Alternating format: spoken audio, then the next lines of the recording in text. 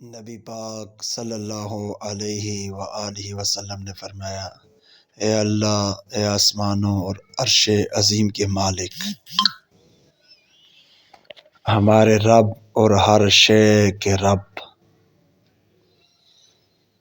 تورات، انجیل اور قرآن پاک نازل فرمانے والے رب،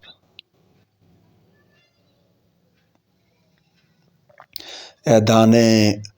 اور گٹھلی کو پھاڑنے والے عظیم خالق اور مالک رب، میں ہر شر والی شے سے تیری پناہ مانگتا ہوں۔ تو اول ہے، تو اس سے پہلے کچھ بھی نہیں ہے، تو آخر ہے، تیرے بعد کچھ بھی نہیں ہے، اول بھی تیری ذات، آخر بھی تیری ہی ذات ہے، تو ظاہر ہے، تو اس سے بڑھ کر کچھ بھی نہیں،